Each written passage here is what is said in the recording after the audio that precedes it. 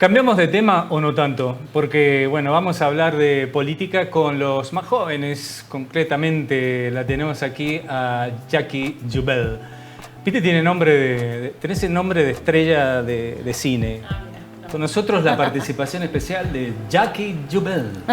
Bueno, digo el nombre porque es importante también ir conociendo el nombre de los futuros dirigentes políticos del futuro inmediato, ¿no? En la provincia de San Juan.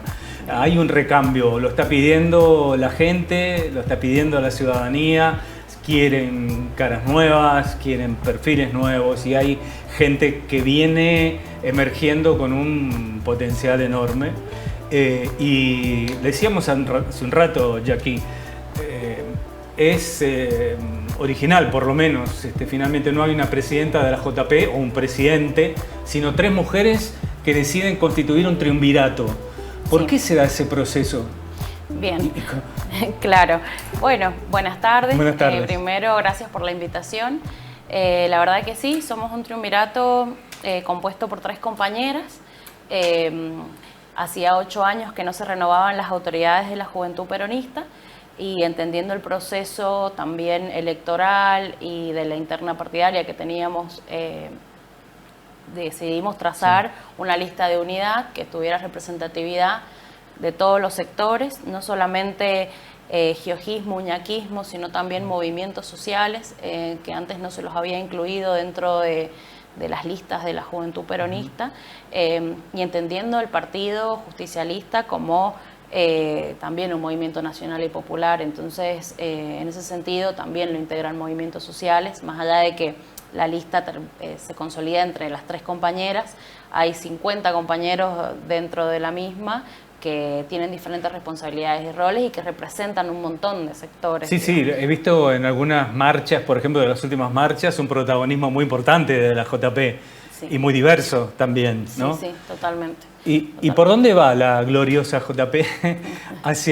¿Qué planes tiene? ¿Cuál es la idea? Bien, nosotros en realidad cuando nos constituimos empezamos como todo un proceso de unificar criterios también, ¿no? Entendiendo los distintos sectores de los que venimos, el universitario, el de los movimientos, el de las diversidades y demás, y también entendiendo que esto de la unidad no sea solamente un eslogan, sino algo que teníamos y que es una responsabilidad de la juventud consolidar. Porque nosotros no nos podemos seguir subiendo a las discusiones de los dirigentes. O sea, lo que nos interesa es lo que nos pasa a nosotros como juventud, pero también al que tenemos al lado, entendiendo el movimiento como un movimiento vertical, orgánico, pero también es horizontal, porque nosotros le respondemos y le debemos a la gente, digamos, todas las políticas que nosotros pensemos, el programa de gobierno que pensemos. Y en eso estamos, en ser lo más federales posible en nuestra provincia, en poder volver a territorializar la política en el sentido de empezar a dar las discusiones que realmente nos importan, que realmente nos están atravesando. ¿Está costando eso? Porque vemos como, por un lado, bueno, sí, cierta cultura de la no política, que todos sabemos que es una política, precisamente, ¿no? Totalmente. Pero también cierto desinterés, apatía.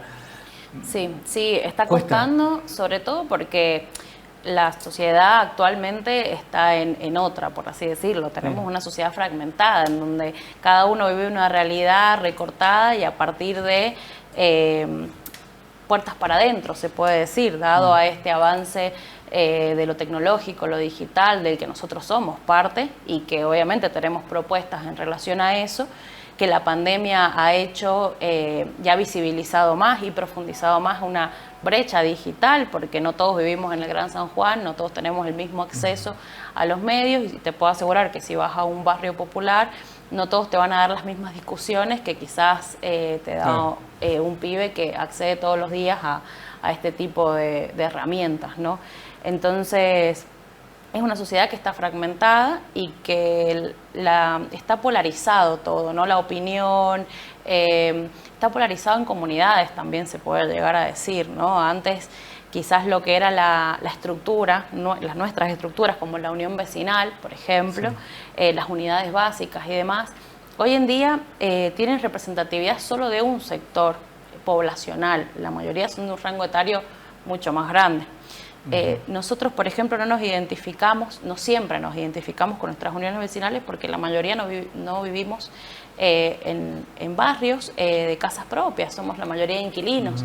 Entonces, bueno, empezar a poder hacer esas lecturas desde la juventud peronista y desde las juventudes en general, ¿no? Porque el peronismo no solamente le tiene que hablar al peronismo, sino a la sociedad en general, de la que somos parte, empezar a hacer estas lecturas para poder generar un programa que deje atrás esta fragmentación y que empiece a analizar la sociedad de manera integral.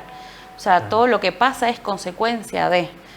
Hay una crisis de los partidos políticos, indudablemente, y hay también una crisis de representatividad.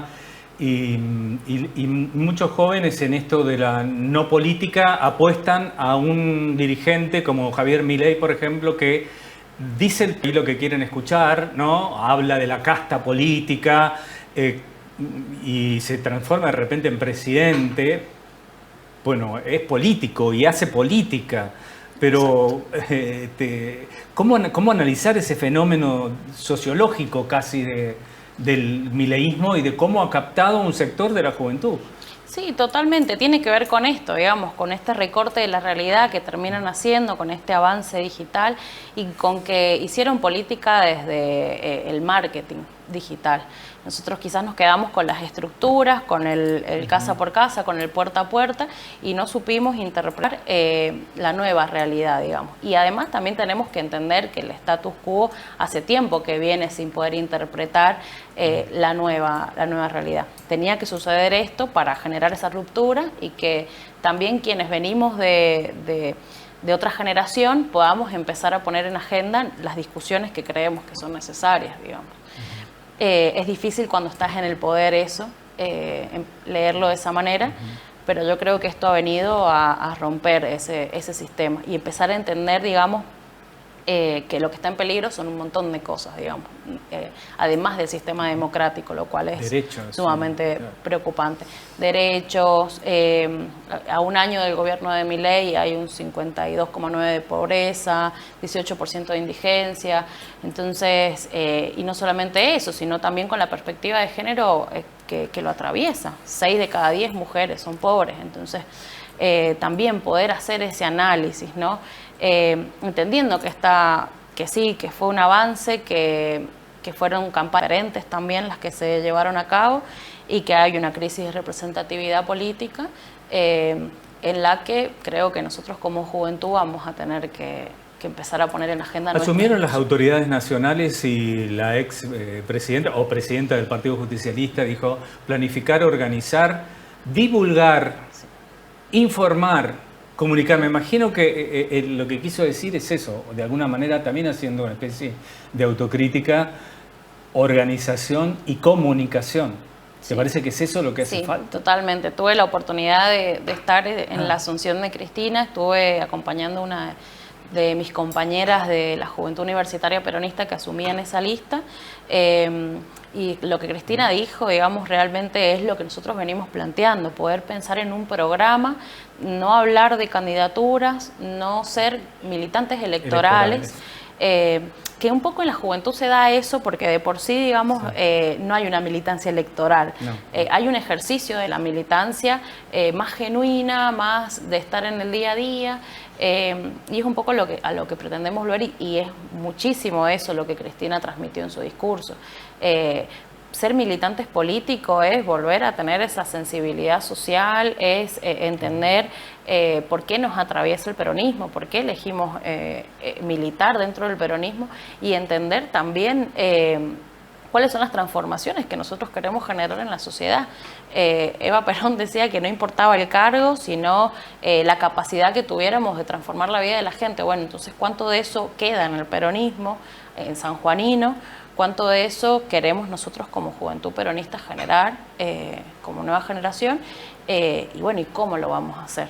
¿Con qué herramientas contamos? Un poco de eso se trata y en eso vamos. ¿Los dirigentes históricos entienden todo esto que vos estás planteando? Porque ha habido desde un comienzo un reclamo así de más horizontalidad en el partido. Exacto. Y hay dirigentes que lo entienden y otros que no, digamos. Yo creo que que quienes lo van entendiendo son también quienes se van acercando a esta nueva demanda. De cierta manera va a costar porque es un proceso, sobre todo va a ser un proceso mucho más largo pero necesario, la unidad dentro del partido. Ahora, desde la juventud lo que les venimos planteando es, bueno, sigan con la discusión dirigencial, nosotros vamos a ir por otro lado, vamos a poner por delante los proyectos y las ideas.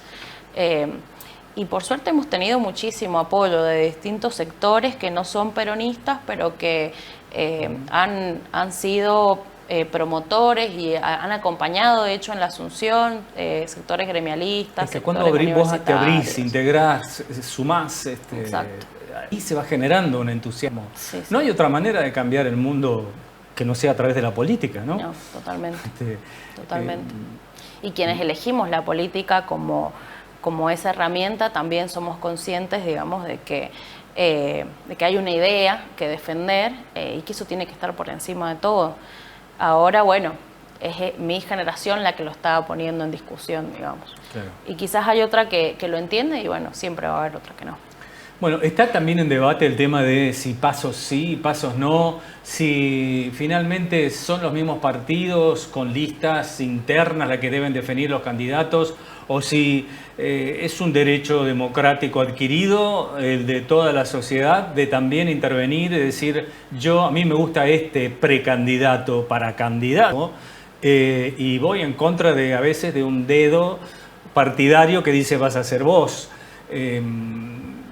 Te invito a que escuchemos declaraciones de Emilio Echem, que es un dirigente del orreguismo, más allá de ocupar también el cargo de secretario general de la Gobernación, pero hoy fue consultado como político con respecto a esto y esto fue lo que dijo. ¿De las internas partidarias? Sí, seguramente sí. Que sea un tema de la definición de candidaturas, es un tema de afiliados, en definitiva. Sí, sí. Y lo otro, pero además, boleta única, ¿no? Pero además, yo le voy a agregar otro tema desde la ciencia política, ¿no? Sí. Y es, recuperemos la democracia en las bases. Muy fácil tirarle el problema a la gente con la ley de lemas, como fue en la década del 90, que se replicó con otro nombre, CIPAT, ahora en el 2022. O internas abiertas, vengan a votar todo y salimos a la calle y le tiramos el problema que no podemos resolver entre 20, se lo tiramos a 500.000 sanjuaninos. A ver, si entre 20 que pretendemos gobernar una provincia porque somos un frente político, no nos ponemos de acuerdo para elegir a nuestros candidatos, muy difícilmente nos vamos a poner de acuerdo en el modelo de desarrollo económico y en las políticas públicas que tenemos que implementar. Pensando en políticas públicas. Sí, sí. Si lo que tenemos que distribuir son intereses sectoriales, bueno, quizás sea más fácil. Digo, a ver, vos, tomá Daniel, hacete cargo de este ministerio, vos de este ministerio y reparto ministerios, como fue alguna vez acá en San Juan, y así no fue. Sí. Bueno, no es lo que tiene en la cabeza Marcelo Rego. Marcelo está pensando en otra cosa y... Bueno, ahí está entonces, el micrófono se acopló. Pero, ¿qué opinas de lo que dice? Sí, nosotros creemos en realidad que el sistema tiene que ser lo más democrático posible, entendiendo justamente esto, interpretando la sociedad y cuál es la voluntad popular que hay. Si es paso o no es paso, digamos, eso creo que se va a ir definiendo a lo largo del tiempo. Sí es cierto que hay un sistema partidario que está en crisis y que quizás internamente dentro de los partidos lo tengamos que discutir a la hora de elegir nuestros candidatos y quiénes van a ser quienes representen la voluntad popular, también entendiendo que son cargos, y los actuales también, ¿no? Que están elegidos de manera circunstancial y que como base primero somos militantes políticos, digamos, y cercanos a la gente de los barrios a los que queremos transformar, entendiéndonos desde ese lugar. Y después, digamos, el sistema democrático que sea lo más justo posible es el que nosotros como JP vamos a apoyar. Está bien. Así ya para ir cerrando, una evaluación breve del primer año de gestión de Javier Milei. ¿Esperabas, superó tus expectativas? No, realmente lo que me sorprende es que siga teniendo una imagen positiva. justamente con estas cifras que mencionábamos de pobreza. También desocupación, pobreza, indigencia. La caída de la actividad económica. Claro, caída de la actividad económica. Del 3,1%. Y además de eso, también esto que veíamos recién de las empresas que no están pagando las retenciones por exportar oro, por este vacío legal que generó, y haciendo un paralelismo con lo que pasa con los jubilados y el PAMI y los medicamentos, ¿no? Ajusta a los pobres. Claro, ¿no? Algunas cajas sí está combatiendo y otras cajas Totalmente. Me parece que las está... Totalmente, entonces, bueno, yo creo que en eso se traduce toda la política que vienen realizando, que no ha cumplido su contrato electoral, que no ajustó para nada a la casta, que la casta se sigue enriqueciendo a costa de nuestros bolsillos y que lo que está sucediendo dentro de su gobierno, que genera más pobres, es totalmente injusto. Que la sociedad no se merece eso, que no nos merecemos este gobierno, y realmente es una sorpresa para todos lo de la imagen positiva, pero también entendemos que... Bajó la inflación, por lo menos eso es un dato. Claro. Más allá de que, bueno, se puede hacer todo un análisis de lo que es el costo de vida, el mismo INDEC se vio obligado a salir a aclarar que el índice de precios al consumidor no necesariamente se refleja como costo de vida que puede tener una familia. Claro, y lo demás también es poder, justamente esto que decía al inicio, de entender esta fragmentación social que hay y entender que todo es consecuencia de lo que está pasando, por ejemplo, con las universidades públicas, esto de las auditorías a las universidades, este desprestigio que hay, que tiene que ver también con nuestro sistema científico nacional y que nosotros como juventud realmente nos preocupa, porque estamos hablando de nuestro futuro, de nuestra movilidad social ascendente. Son cosas que quizás con instalación de discursos, ciertos discursos de odio, con la serie de publicaciones que hace el presidente, con la IA y demás, nos está vendiendo una realidad. La verdad ya no importa. Ya no existe la verdad, ¿no? En esta época de posverdad, Totalmente. A la gente, mientras vos le digas algo que coincide con su manera de pensar y lo acepta y lo cree a rajatabla, y no hay manera de que no lo crea, o sea... Exactamente. Y bueno, y está en nosotros poder bajar, desmitificar todo esto que se dice, ¿no? Que, por ejemplo, las universidades inventan estudiantes para que les acrecienten los fondos, cuando el presupuesto universitario está basado en el presupuesto anterior actualizado, paga salarios docentes, no docentes, gasto de funcionamiento, inversión en tecnología, o sea... las auditorías, que las universidades no quieren ser auditadas, cuando son institución más auditada por el Poder Legislativo, Ejecutivo, por la Auditoría General de la Nación y por la CONEAU inclusive. Entonces, poder nosotros, inclusive que los pobres no llegan a la universidad. Este tema me toca mucho porque soy militante universitaria, donde el 48% de los estudiantes de la universidad están por debajo de la línea de la pobreza. Y el 60% ha manifestado que son primera generación de su familia al acceder a la educación superior. Entonces, es una tarea de nosotros poder desmitificar todo eso y poder desmitificar esa realidad que nos quieren vender, ¿no? Que está totalmente alejada. Los trabajadores universitarios han perdido un 30% de su poder adquisitivo, el 85% de los docentes y el 60% de los no docentes están por debajo de la línea de la pobreza. Entonces, ¿quiénes son los que no quieren auditar realmente? Y bueno, pero mientras tanto ponemos la novela de Alberto, la novela, en la tele mostramos una realidad, digamos. Cortinas de humo, decimos. Totalmente, totalmente.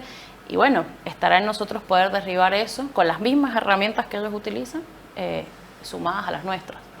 Claro. Bueno, Jackie, la verdad es que ha sido un enorme placer. Podría seguir charlando, me encanta. Podríamos seguir charlando, pero se nos va el programa. Te agradezco muchísimo. No, por favor. Ya volveremos a charlar. La verdad es que, bueno, hay mucha expectativa por parte de esta nueva generación, de esta renovación que hay en la juventud peronista de San Juan. Un saludo a tus compañeras de Triunviro, que bueno, por ahí son 3 y aquí no tenemos suficiente espacio. Muchas gracias. Pero bueno, gracias por venir.